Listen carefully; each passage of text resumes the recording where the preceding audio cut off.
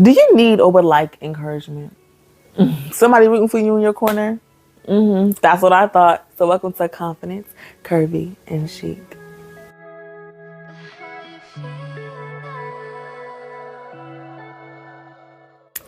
Hello, beautiful. Welcome or welcome back. I'm your girl, Taylor. This is Confident, Curvy, and Chic. And here on this channel, I am on a journey to my best self. Yes, my best self. So what that means that I am going to let the love of God manifest and stir up some things on the inside of me and put my best foot forward, my best me. So if that is something you want to tap into, that is something you want to do for yourself, then definitely hit that like and subscribe button below to join the fam.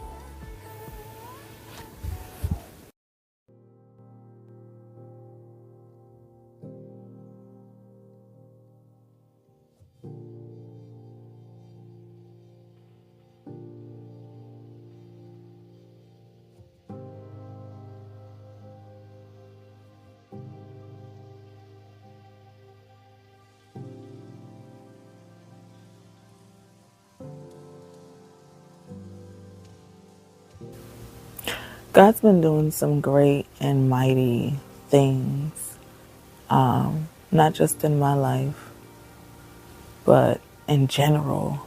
I've seen some crazy, miraculous things happen. I've had family members need him in ways that I've never seen them need him before. I've needed him in ways that I didn't believe that I was going to ever need him either. I've had to be on my face. I've had to be literally in a position of pure alignment, because if I don't keep myself covered, then something else is going to cover me. And I definitely did not learn that the easy way. Let's just say I didn't learn that the easy way. God had to really wake me up and really had to poke and prod and really get to the nitty-gritty parts of me to come out to the forefront, to not just be hidden in the background anymore or suppressed down amongst everything that I've used as a vice, but to actually put it to the forefront so that I actually have to deal with it, that I actually have to see it, actually have to experience it, actually have to be about what I am saying I am about, and actually put forth the effort, the action, and the do right and the know right spirit that he has given inside of me, that character building that he's given and put on the inside depths of me, need to also come out to the forefront as well, so I can know who I am. I can know who I'm called to be. I can reassure myself on all that he has called me to do, to truly believe and accept in him is what he's been asking me to do. And it's not that I don't believe. It's not that I didn't accept what he was giving me. It's the unbelief in me, the unbelief of myself, the unbelief of being able to be used even through my mess that I'm even currently in now, being told to help others even though I'm going through on my own, being told to have a spirit so filled and so enveloped and so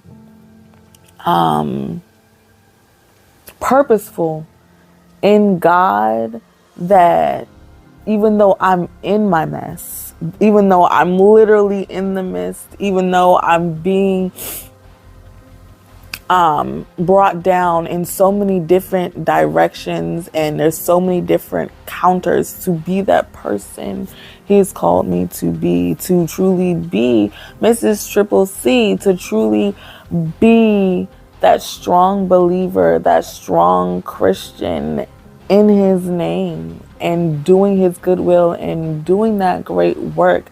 I strive to be that person. I truly want to be that person. But the more and more I try, the more and more I strive, the more and more effort that I put forth, the more and more the attacks come.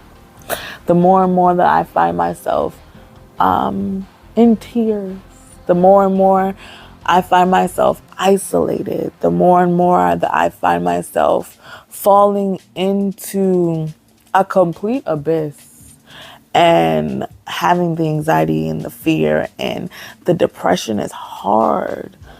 To know that I was there for one reason, being pulled out by God and telling me to fix my ways and the ways that I'm thinking and the ways that I'm doing and my habits and everything, to align myself with Him, to doing the work, to putting forth that hardcore try and being who He's calling me out to be, to feeling yourself being pushed and being shoved and literally thrown across the room by every single attack that has always been there, but now is coming even harder. Now is coming even more forceful. Now is coming, in a higher capacity and consistency, knowing that I am on the verge of a breakthrough, knowing that I am on the verge of becoming who He's calling me to become, the more that the hatred and the evil will come too. But that's when I'm supposed to be like, okay, God, I surrender. And to continue to surrender every single day, to continue to allow Him to mold and shape me in the ways that He needs to, so that I can truly be who He's calling me to be, so I can truly step into being Mrs. Triple T, so I can truly step into being Taylor Celeste Bullock as how He sees fit for her to be, not how I plan myself out to be, not with the plans that I had for my life, not with the ways that I tried to organize and the ways that I tried to put forth my own footprint in this world, but to be told that I have a footprint already in place for me. And I just have to literally step into it. That's it. Just literally step into it and be it. And everything else will fall into place. I find that being so hard because of the text. And so hard because of the thoughts. Like, we always think attacks as being something so physical and something so detrimental just to the body itself. But what we don't realize is we're even detrimental to ourselves. We even hold ourselves back. And I know I talk about holding ourselves back all the time and constantly, and saying that you just have to believe, you just have to hold the faith, you just have to hold on to the truth. But even me still in this state, even during my trying season, where I'm attempting to do my best and put my best foot forward, I still find myself falling. I still find myself failing. I still see myself as being this unperfect. And I know we can't ever be perfect, but this unperfect person that's not worthy.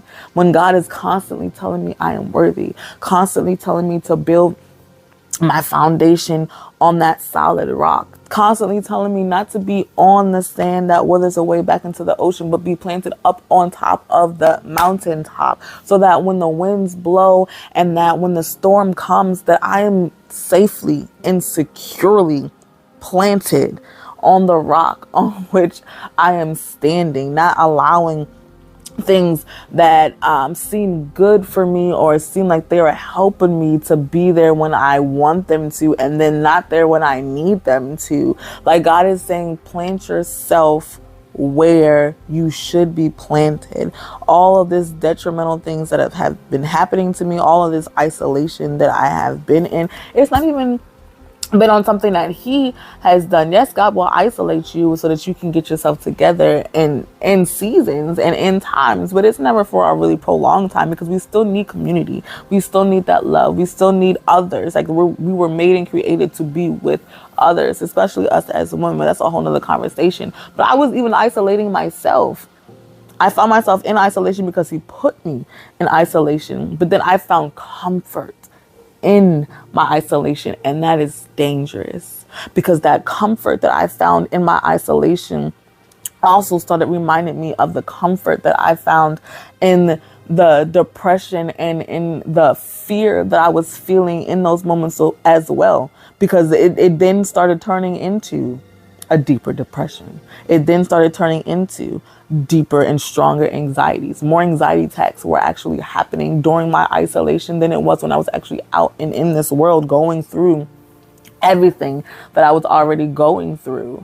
We can't isolate ourselves. We can't separate ourselves. We have to allow God to do it and allow God to flow and allow his plan to prosper, not our own. Don't find comfort in any place, because there isn't any comfort in any place besides God's presence. There's no true comfort in any place besides his presence. And the only way that I'm able to get that peace, the only way I'm ever able to enjoy the serenity and the quietness and the stillness of even moments like these, I have to keep myself prayed up.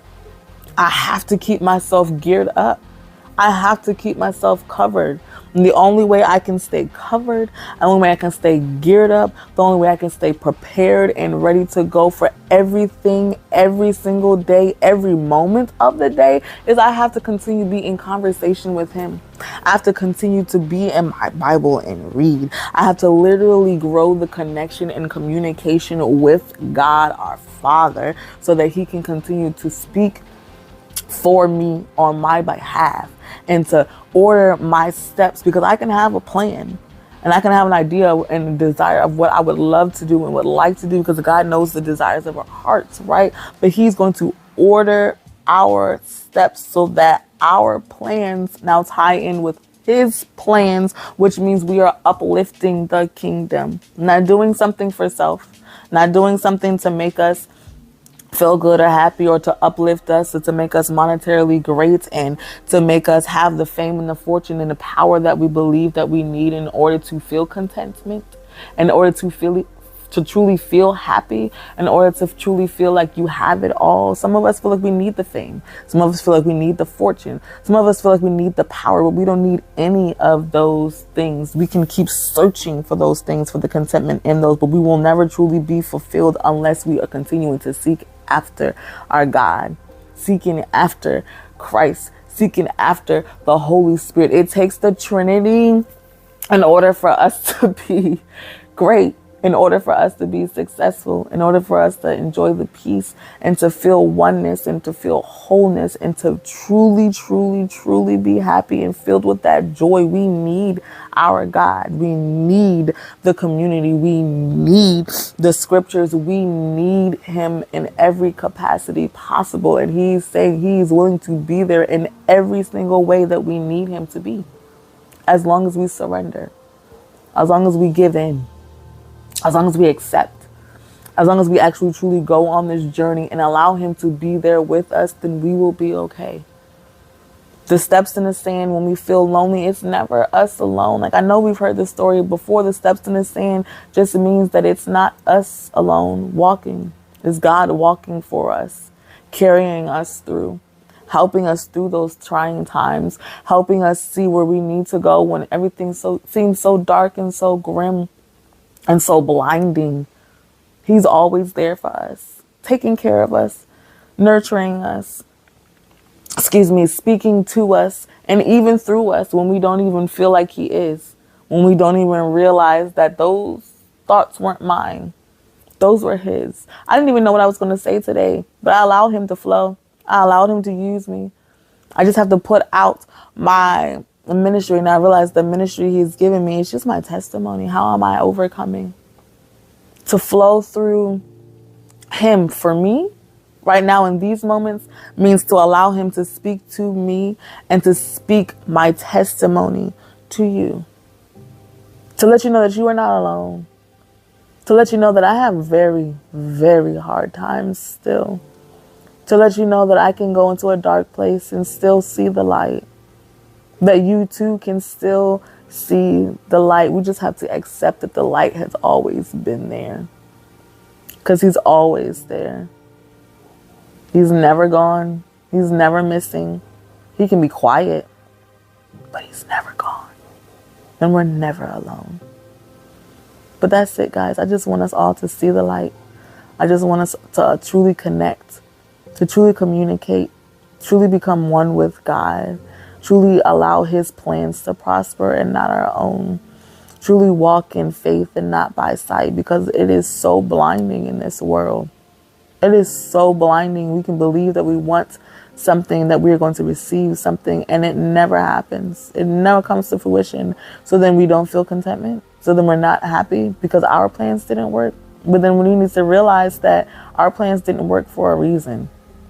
That's not the plans that God had in mind for us. And if we accept the plans that he has for us, finally agree with the plans that he has for us, then we too will have prosperous lives. It might not be the life that you thought you were going to have, but it truly will be prosperous. But that's it. That's all. I love you guys. Keep your heads up. Give yourself enough slack. And remember to always stay confident. Be absolutely curvy and chic. Love you. Peace.